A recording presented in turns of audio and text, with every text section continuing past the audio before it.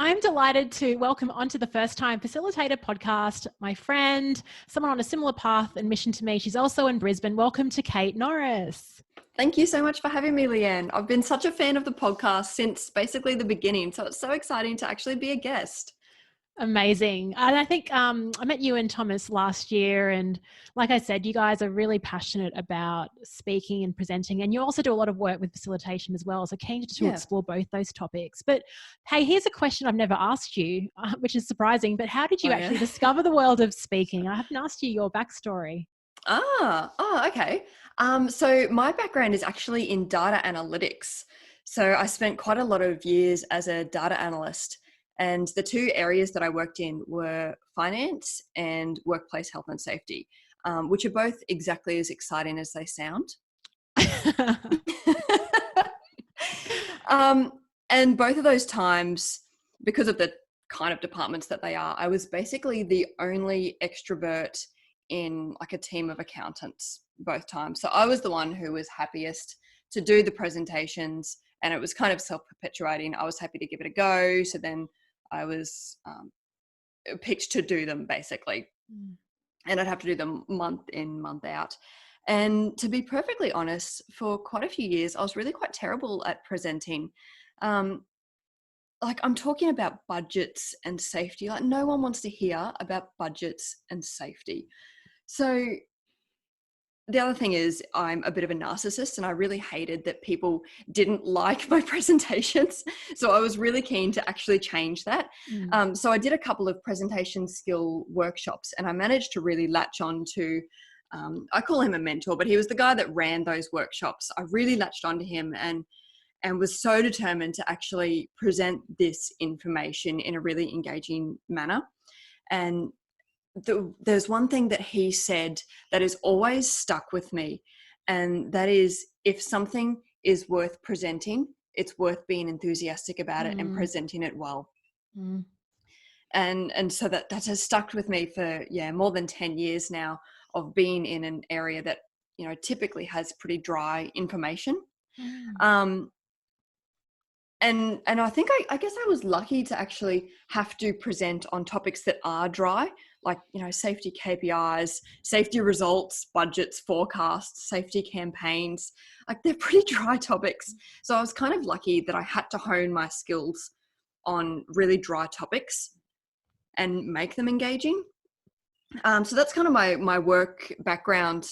My daughter was about 2 years old when I left the corporate world. It was a case of I was dropping her at daycare at like 6:30 in the morning, picking her up at 5:30 that afternoon. And I thought, why do I have a kid if I'm never actually seeing her? So I left the corporate world, and I really had a big think about, where do my skills lie that I could actually capitalize on? What could I actually use? And around that time, I met Thomas, who is now my business partner. And we realized that we had a lot of synergies there on our skill sets and what we wanted to do, which was presentation skills. And we created our business about 3 years ago now, called Presentation Boss, and we teach presentation skills. And I guess it's taken us almost this whole time, a couple of years, to really hone in on exactly what we stand for, because presentation skills is actually a really huge area. So we've really niched down now into visual communication and technical presentation. So Thomas, as you probably know, specializes in PowerPoint design, PowerPoint use, all of that sort of stuff. And then I specialize in data presentation and getting dry information presented well.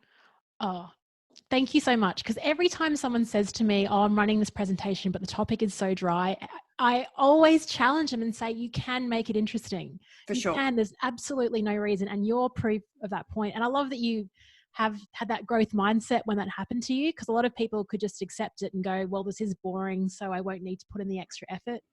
But you've seen this as a great opportunity to actually prove this case that we both sort of stand for.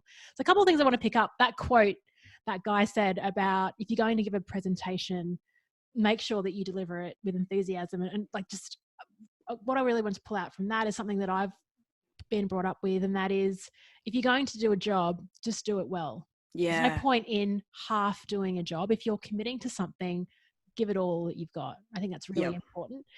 And just picking up another thing about the corporate world, and having to drop your kid off at 6:30 and 5:30, it's what I'm seeing.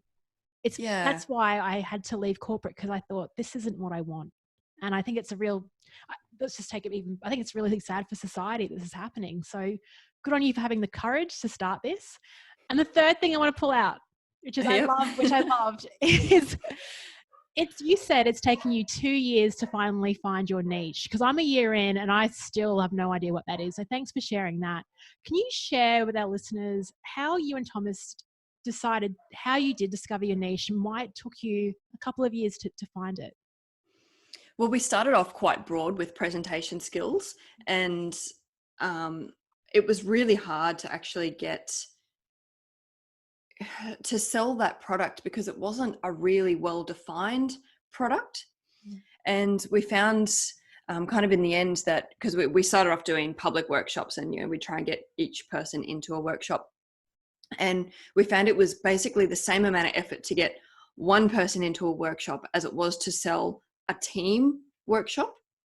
But then we didn't really have bolted down what problem are we solving particularly well. And I don't know exactly how we came to it. I think a lot of reiteration, a lot of being okay with constantly rewriting our stuff, so many conversations of what problem are we solving and who do we help. Those two kind of core aspects of marketing. Who do you help? What problem are you solving? Good on you for becoming really clear on that, because I think it's really, you want to be someone to everyone and help everyone, but I think it's so important to become really clear. And I obviously need to re-listen to this conversation when it's published, so I'll take my own advice on board. But thanks for sharing that, Kate. And so you said that you did this workshop and that's how you started getting better at speaking. You were testing these skills internally. How else do you develop your skills as a presenter? Because you're also really funny. I think so. You got another fan. There's two now. I'm sure there's more. My husband thinks you're funny as well. There's three. Oh, very good. So I've done quite a fair range of speaking. Stand-up comedy is one of them. I don't know why I did stand-up comedy. It's something that I wanted to do since I was a child. And then I just kind of had a little bit of mental space about 18 months ago and thought, I'm just going to give this a go. I kind of had been creating this routine for a little while, and I entered Raw Comedy last year. It's the Melbourne International Comedy Festival amateur comedy competition, I guess. The absolute winner of that gets to go to Edinburgh, to the Edinburgh Comedy Festival. Like, the stakes are pretty high. I managed to get to the Queensland final, but I didn't go to the Australian final or anything. But I think stand-up comedy is one of the hardest speaking gigs that you can do. I really do, because you get immediate feedback.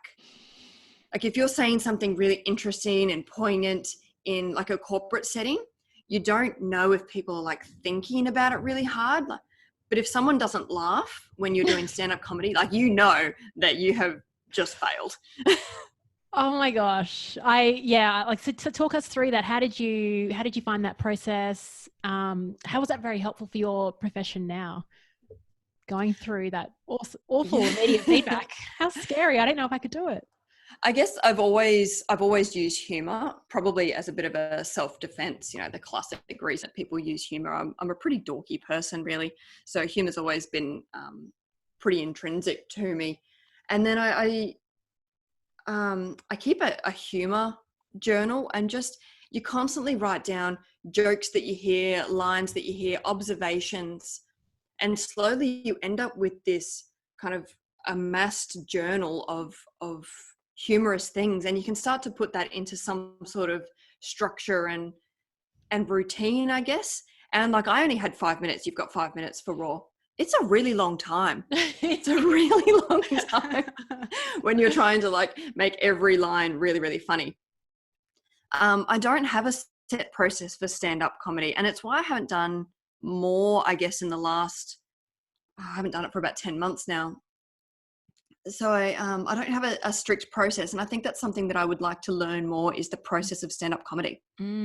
Yeah, I'd love a process as well, because, but I also think it's very helpful, the journal that you talk about, because there's so many things that make us laugh through the day that we just like, it's funny in the moment and then we forget about it, and you just can't pull it back out of your memory. So I think that's probably even worth putting in a process, is actually to start collecting these things. And I think that goes back to one of our favorite guys, Matthew Dix, Yes. who talks about homework for life, and just capturing every day something that's happened that could possibly be a story worth telling in future. Yeah. I do homework for life for that exact reason, because you find so many stories and have so many little realizations throughout the day that you don't pick up on at the time if you don't like specifically write them down. Now, in your description just before, you called yourself a dorky person. You said that you made one person laugh. So that's a bit of self-deprecating humor in there. What is the difference? Because I've definitely seen speakers who, it feels like they're being a bit too hard on themselves. And as a member in the audience, that can feel a bit, it's like, this is kind of awkward now, as opposed to the funny self-deprecating humor where it's like, ha, that's great. Well, there's a fine line. Like, what's the line between, putting yourself down versus having a laugh at yourself? I think there's a big difference between self-deprecating humor and self-insulting. I won't even call it humor, because it like you said, it's just kind of awkward. I think for me, self-deprecating is about recognizing and owning maybe little flaws about yourself, whereas self-insulting is annoying and awkward. It's like if someone gives you a compliment, or you try and give someone else a compliment, and they come back with like a sassy one-liner to counter it. That's, you're like, oh, come on. It's I don't want to use the word self-loathing, but that's kind of how it can be perceived. Yeah. And so how do we know when we are, is there a sort of, do you ask a friend to validate it, or is it just like, how do we like, is there a test? How do we know when we're crossing the line? It's even with LinkedIn, like I'm just bringing to this parallel of like LinkedIn as an example, showing up on LinkedIn versus showing off. I think there's a fine line between those two as well. So we're going the other end, like putting yourself down versus having a laugh. Yeah. Yeah. So the real absolute distinction that I will make is you never make jokes about your own expertise. You make jokes about other things that are not pertinent to your job, your skill set, never about your actual expertise. So a few things that I joke about is about being a really bad driver and a terrible parent. Like, they're just little things, but I will not make a joke about, whenever I get up on stage, I fall to pieces. Because it puts doubt into people's mind. It really makes them question your expertise. And like it or not, we're always selling ourselves. And people love when you don't take yourself so seriously, absolutely. But I do see a lot of people, like whether it's in a presentation or in conversation, that think that they're self-deprecating and they're just putting themselves down and just making negative comments about their own skills and expertise. Yeah. So, I mean, if I think about a story that I like to tell, which is self-deprecating. So my sister bought a new car last year, and she brought it round, and it's beautiful. It's just a Mazda, but like a really, really nice car. And I asked her if I could drive it, and she wouldn't let me. And I was so offended. So I was telling my husband this, like the next day, I was telling my husband, like, Anna came around yesterday, she brought a new car and she won't let me drive it. She thinks I'm just such a terrible driver. And as I said, she thinks I'm such a terrible driver. We were turning a corner and I hit the curb and the whole car jolted. That's so funny. And I realized that maybe she has a point and maybe she shouldn't let me drive her car. Love that. That's good. Yes. That is not necessarily a positive thing about me, but it's not going to affect my skill set or my expertise. Thank you for bringing that clarity. I've never heard that before, but that makes complete sense. Yeah. So actually using humor, if you use self-deprecating humor, which I guess can be more relevant in some cultures, Australia especially, Yeah. the Britain, I think as well. I'm not too sure about the US. I think so. Yeah, but they seem to be, anyway, seems to like it's okay to sort of do a bit more rah-rah and pomp and ceremony and excitement in the States. Yeah. Yeah. Like For they get a sure. lot of standing ovations over there.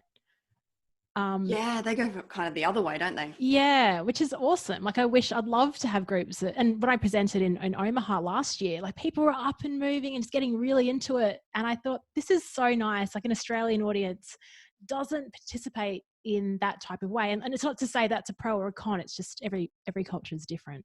Yep. Yeah, for sure. And Australians love self-deprecating humor. And I think that's probably one of the problems is we do tend to, because we love it, we get people who kind of take it a little bit far. Yes. And so that's a really good line, a good criteria. Don't pay out your own expertise. Yeah. Yeah. And I think sometimes people might do that as well. Maybe I brought this up in a recent episode about apologizing when you get up to speak. It's like, do not do that. That's the worst thing you can do. Very close to what you say. It's because then the trust isn't being built with the audience. Yeah. So let's talk about you as a presenter. I've seen you present a couple of times and you've got stage presence. You've got this charisma when you get up there. Let's talk about charisma. Okay. So what does charisma look like? I don't know if you can see charisma as much as feel it. I know that's like a bit woo-woo, but I think charisma feels like a magnetism towards someone. You can tell when someone has charisma because you feel drawn to them, and you can see people are almost physically drawn to them if they're in a room and they're able to hold people's attention completely.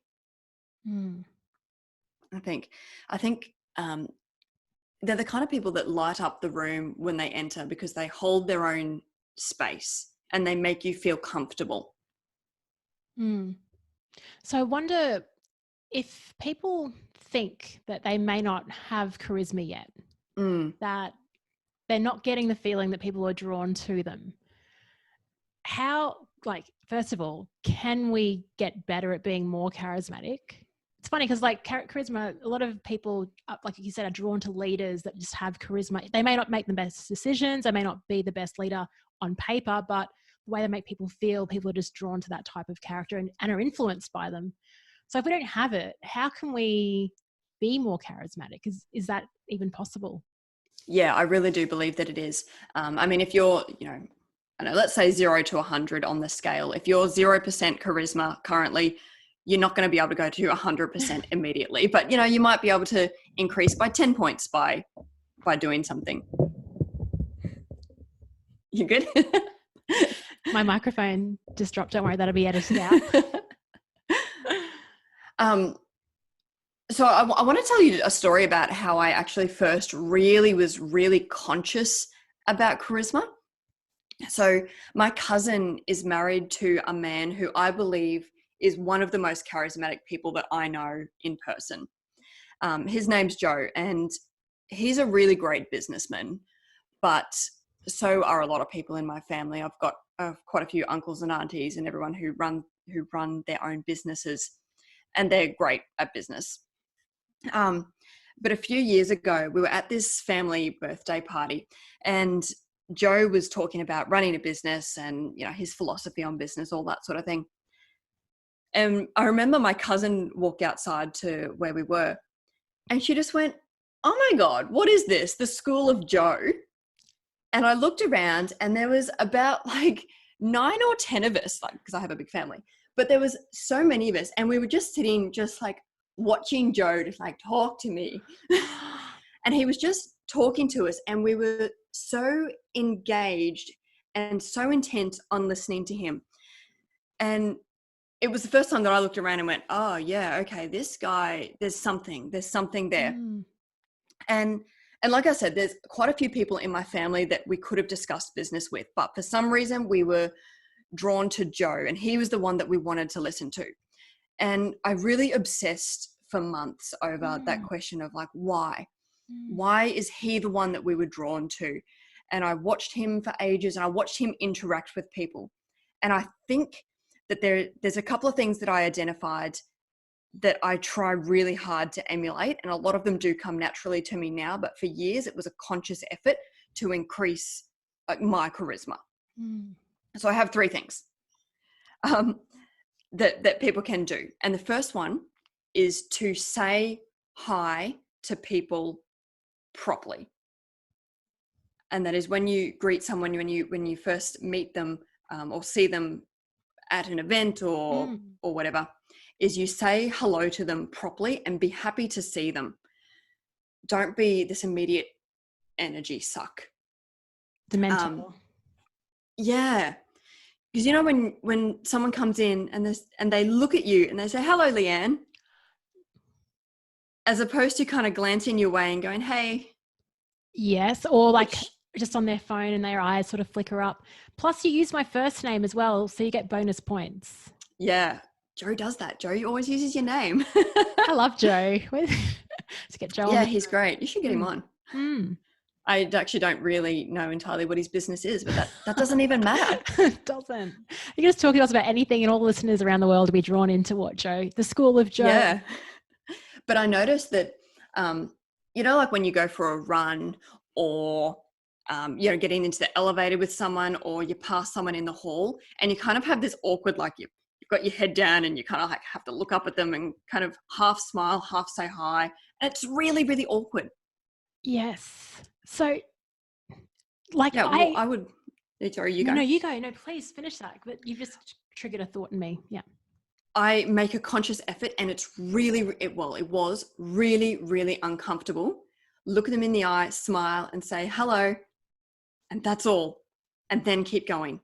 It's not a huge change. It's just the difference between like this awkward, like, I'm passing someone, I have to acknowledge you, and hello, and keep going.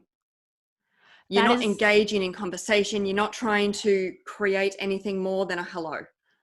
It's the perfect example, Kate. So thank you for raising that, because it's funny, I've got this own little mini challenge when I go running, is like, who's going to say hello to me? But I really don't get many people saying hi, and it's awkward. It's like, because I'm making it awkward because I'm thinking about it. Then Chris was running with me, and people that I've run past previously will say hello. And I was like, what does he do? And I was actually trying to analyze what Chris does, but he does exactly what you say. He sort of, beforehand, he actually makes really strong effort for eye contact, big smile. And I was thinking his voice is like, g'day, that kind of thing. And they just respond. So that's really powerful. Thank you. Thanks for sharing that. That's one tip. Yeah. Because I've noticed with other people, like you walk into a room and say, hi, how you going? And they're just like, oh, hi, yeah, oh, life's hard. That's what I mean about the energy suck. If you're not just saying, take those few seconds to say hello. Yeah. Perfect note, because we're, as facilitators, and I talked to Mark Bowden about this, but we're so busy like setting up the room and worrying about our presentation that we may not be giving the great hello. When participants walked in, we might be distracted. So that's why it's even more important. Yeah. Yeah. All right. Sorry, you did try and move on, but I'll move on now. That's okay.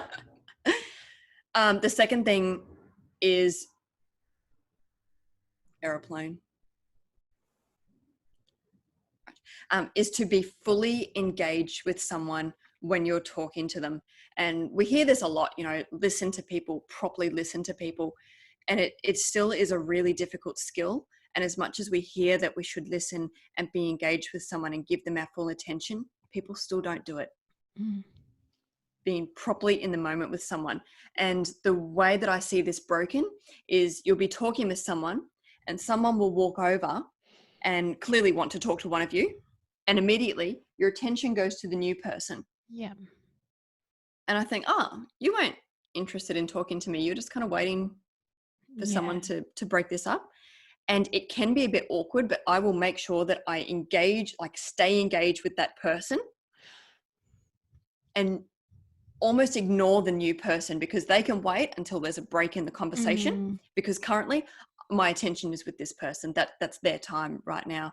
And if there's something that they clearly need urgently, I will take a note of what the person I am talking to, like their exact sentence, and say, excuse me for a minute, address the issue, and then come back and go, you were saying XYZ, repeat that sentence back, show that you were fully listening and want them to continue. Yeah, because there's nothing worse when there's been a breaking conversation and then you've been telling a story and someone comes back and goes, oh, so what were we talking about? And it's not a mean thing at all, but it just is like, it's not even that memorable. So is it even worth? Yeah. Thank you for bringing that up as a networking thing, because it's always awkward. And I think that's also a good lesson for that person trying to get into the conversation, is maybe sort of wait further back, be patient, waiting for that break before you come in. It's always hard to, if you really want to talk to someone, it's a really fine line for all three parties involved. It is. And I think, like, if you have a couple of lines handy, if you're the person kind of engaged, you can say, give me just a few minutes. I'd like to finish this conversation. I'll be with you in a second. Acknowledge them, but then keep going, like continue that conversation. Yeah. And if you're the person waiting, you can say, oh, finish first. I'll wait. Or, I'm so sorry to interrupt. This is really urgent. I'll be 2 seconds. Ask your question. Get out of there. Perfect. Have your lines ready. Like, don't just kind of hang around and be awkward and weird. That's awesome. Thank you. So saying hello and being present and actually providing more energy rather than taking away the energy. The second one is to listen fully and be present, not distracted on your phone, looking around. For charisma, you mentioned is there a third? Yeah. I say 3, but I think it's almost very similar to number 2. And it is be interested in people. Someone said to me a little while ago, they said, oh, how do you be interested in people? By being interested in them. Like, but what if they're just not interesting, or you're just not interested in them? Be interested in them. It really is that simple. Everybody has a story, knows something that you do not know. It might be more difficult to find that thing in some than it is in others. But if you can learn the skills to ask the right questions and find the interesting thing about that person, and like those conversation skills do take time to work on as well. And some people, they do come more naturally to, but they are still skills that you can build. Yeah, and Jordan Harbinger talks a lot about that. How do you ask the right questions? I think he's got 3 key questions to get to the gold. He also said something on the flip side. So yeah, I agree. To be interested in someone. People ask me about podcast interviews, how do you do your podcast interviews? It's like, well, I'm actually curious about what this person has to say. Like, this isn't me just getting a script and asking. It probably was in the first few episodes. I was a bit nervous, but now I'm like, just please tell me more about that. Yeah. But so Jordan says, on the flip side, to be an interesting person, you've got to do interesting things. Yeah. So it's so cool. There's like dual accountability. Yeah, totally. I heard somewhere, it might have been an article or something, and it gave like the outline of how you can be an active listener and interested in someone, and you nod and you smile and you say and repeat sentences. You don't need that list if you are actually interested, because that is what naturally happens when you are interested and engaged in a conversation. You don't need, I need to nod 3 times.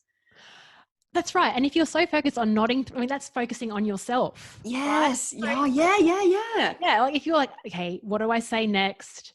This is the problem. And this is probably the interference that people have. So what I'll get stuck with when trying to remember people's names is I'll take it back on myself and then to try and form an association, because that's what you're meant to do, to remember names. Meanwhile, while I'm doing that, I'm not present in what they're saying. So that's why I find it kind of difficult sometimes to remember names, is because I'm like, okay, that's that person. It's just constantly balancing, isn't it? Like, yeah. them. But really it is, like you said, it's about putting the focus on them. Yep. And with the names thing, I actually think that it's okay to ask people their names. If you forget their names, like we all do it. And if you just say, I'm really sorry, I've forgotten your name. I've had to meet, 50 people tonight.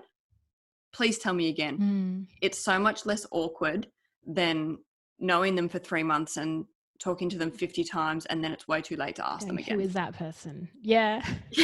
Yeah, you're right. Because there was a guy at my old job, and I'd see him on the lift all the time, and we just like started talking all the time. And honestly, by the time I left, I still didn't know my colleague, and I'm like, who is that guy? It was way too late to ask. So Kate, tell us about, so charisma, how do you use that?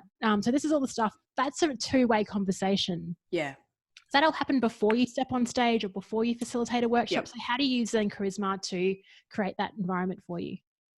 Well, I think this is probably more relevant for like internal facilitators when you've got interaction with your participants before you actually get into the room. And that is, if you build that rapport, if you've, said hi to them, and if you're actually interested in them, because I think people believe, or when people believe that you understand them, then they'll be more likely to listen to you. And that's what I saw with Joe, is he would talk to us, and actually we genuinely felt like he understood us. So then when he started talking, we were like, yeah, he knows us, he knows what we need, so we will listen. So if you can make people believe that you understand them, then they will listen to you.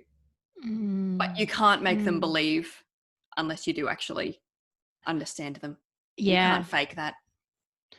No, you can't just nod your head a few times. Yeah. And it's true, though, because when we talk about the word charisma, I think it, like, I don't know if anyone else has this association with it, but I think, oh, it's the way that person uses their body language. It's all this stuff. But what you're saying is it's actually the way that they listen and put the other person in the picture, which I find really interesting. Well, your body language will come naturally from that. It's like when we were talking the first thing about saying hi. When you walk past someone on your run and your head is down, you're trying to avoid them, that's your body language. As soon as you make an effort to say hello, your body language will naturally be more open, you'll be more upright and looking them in the face. So your body language does change accordingly. So rather, it's like I was saying, like, don't just nod because you should nod. Nod because that is your natural reaction to that interaction. And your body language will naturally be more confident, be more open, and therefore you don't have to think about it. Man, you must have seen me out running, Kate. You've seen my body language, and I'm about to run into someone. It's like, of course they wouldn't say hello to me. I'm just got the AirPods on. I'm dreading it. Yeah, that's fascinating. Try it tomorrow. Okay. I don't know how many. I'm going to try it tomorrow. This is a good challenge. Actually, we'll throw this challenge down to the listeners that do go out walking or running in the morning.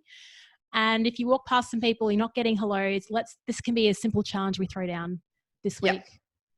I'd like to hear, like, what are people's reaction? Do they say hi back? Because I reckon they will. They do to me. I think they might be slightly shocked, but I'm sure they'll say hello. Particularly if you develop this thing of not saying hi to that, like, that guy or that old lady. Yeah. Well, the old ladies are great. Anyway, I digress. It is true though. I do agree. The old ladies are awesome for saying good morning. Yep.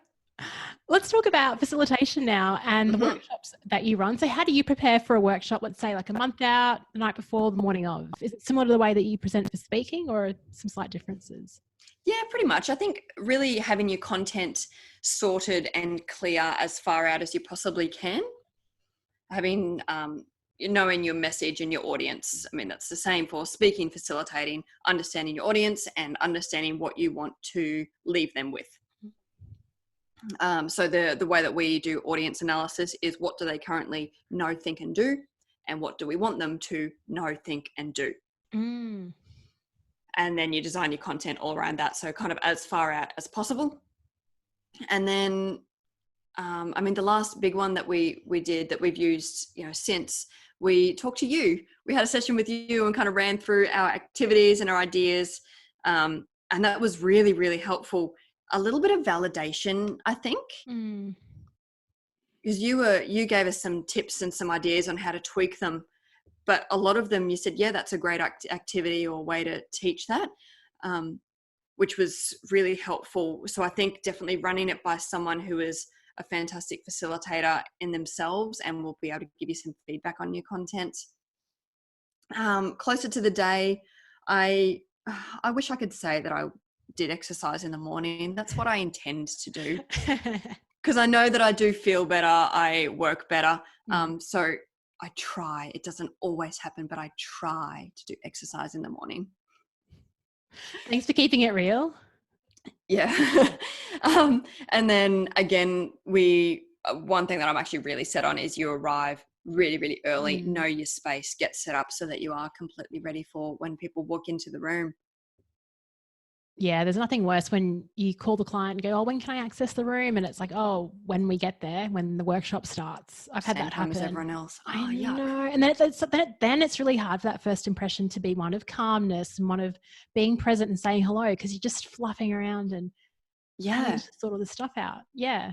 And that was really fun, that session with you and Thomas, by the way. And because I think the validation was that, so Kate and Thomas were trying out like different activities, getting people to move around, and like it's shame that that's not conventional, but hopefully one day that will be the way that trainings run, where it is like a lot of movement, interactivity. And yeah, it was an awesome design. Oh, cool. Yeah. So if I think back to like our first workshop, was just like the difference in it to how we run workshops now is just phenomenally huge. Yes, me too. It makes me cringe when I think of the first couple of workshops. Like, we cooked people, we had way too much content, and it was just kind of lecture style, and it was awful. Exactly the same. I talk about this on a recent episode. Yeah, I was like 90% telling them what to do and 10% them actually answering question. It was terrible. I want to go back in time and do that again. I know, right? So do you have a favorite kind of activity or energizer that you use in workshops? Yeah. One that I really like, if it's a group and we're just kind of trying to do a little bit of kind of relax and get used to the space, because certainly with presentation skills, we've often got people walking into the room who already have this underlying fear. And we try not to throw them in the deep end too much while still challenging them. So one that I really like, we have a stack of little words that are just values. We scatter them, and then everybody has to go and find 3 words that describe them, 3 values. And it's quite good because, 2 people will want the same word and they have to negotiate. Like, I'll give you this one if you give me that word. So it's a bit of interaction. And then we come back and we ask people just to give 1 minute on why have you picked these 3 words. And it's kind of sold as an icebreaker, but it's actually their first speaking experience that day. That is a really clever way of getting them to speak without actually saying, now we're putting you in front of people to talk. It's actually they're doing it as part of it. Yeah. And we try, like with our philosophy on speaking, it's that you've got to have your own personality in it. We don't give like, this is the way to speak. You've got to have your own personality. So that initial activity sets up people for identifying themselves and their own uniqueness and what really resonates with them as people. Yeah, I've done that activity because we all shared our favorite icebreakers. Well, no, with you and Thomas at Suzanne's place. Yeah. And I think I spoke for longer than a minute on my values and I got in trouble. But there's always one. Yeah, there is. That's why I have my own podcast. I can talk and talk and talk. But Kate, is there anything else you'd like to share with our listeners? Maybe advice for first-time facilitators? Because this is great. Like, you've come from speaking and now you're running these workshops. So I love that you're ahead, but you're still sort of learning all about the game of communication, as am I. So anything you'd like to share with our listeners about that? I think this has become our mantra in business and in basically everything, even personally. It's get going, then get good. A lot of times we wait until we feel like we're good enough to start. And you just need to accept that when you start, you will suck. And that is the same case for everybody. If I look back at our early videos that we did and our workshops and our podcast, they were nowhere near the quality that they are now. And I know that in 1, 3, 5 years from now, I'm going to look back at what I'm doing today and think like, wow, I'm nowhere as good then as I am today. And I think that's okay. Like, every time you do something, every time you practice something, even if it's for 5 minutes, there's someone else who is waiting and you're kicking their ass every time. Yeah, I think that's like my personal philosophy. Those words, get going and then get good. It's hard to do it, but you've got to understand that this is just the start and things are going to get better. As you said, Yeah. we all started. You can listen to earlier episodes of the Presentation Boss podcast or First Time Facilitator that I certainly won't listen to, but you'll hear the difference. Yeah. I hope. Actually, I think I heard that phrase on your podcast. It was one of your earlier episodes where I heard that specific phrase, get going, then get good. And it really resonated with me. It should be like the underpinning philosophy of this, I think, for any first timers in any field that you're in. You just got to start. Kate, it's been absolute pleasure to have you on this show, getting to meet you, getting to hang out with you, getting to be part of your events in Brisbane as well. If you'd like to, I guess, listeners to connect with you, find out more about what you do, any events that you're running, let us know, where they can find you. Yeah, so a couple of places. LinkedIn is where I'm trying to be more active. I'm trying. So that's, find me on LinkedIn, just search Kate Norris and you'll find me. Otherwise, our Presentation Boss podcast is probably the biggest content that we have out there, biggest resource and best way to find us and kind of connect with us and understand us, which is just presentationboss.com.au/podcast. Yeah, I definitely recommend having a listen. So Kate and Thomas do a few different types of shows within that, interviews versus speech breakdown. So if you also want to develop your skills as a keynote speaker, professional speaker, or just a speaker internally, they actually pull speeches, pause them and commentate over the top. It's such a cool format. And I loved your interview with Grant Baldwin as well. Oh, I was so excited to get You him must have been over the moon. He's a superstar. So much. Yeah. It's the beauty of podcasting. Kate, thank you so much for being a part of this episode. Thank you so much for having me. It's been so much fun. Hey.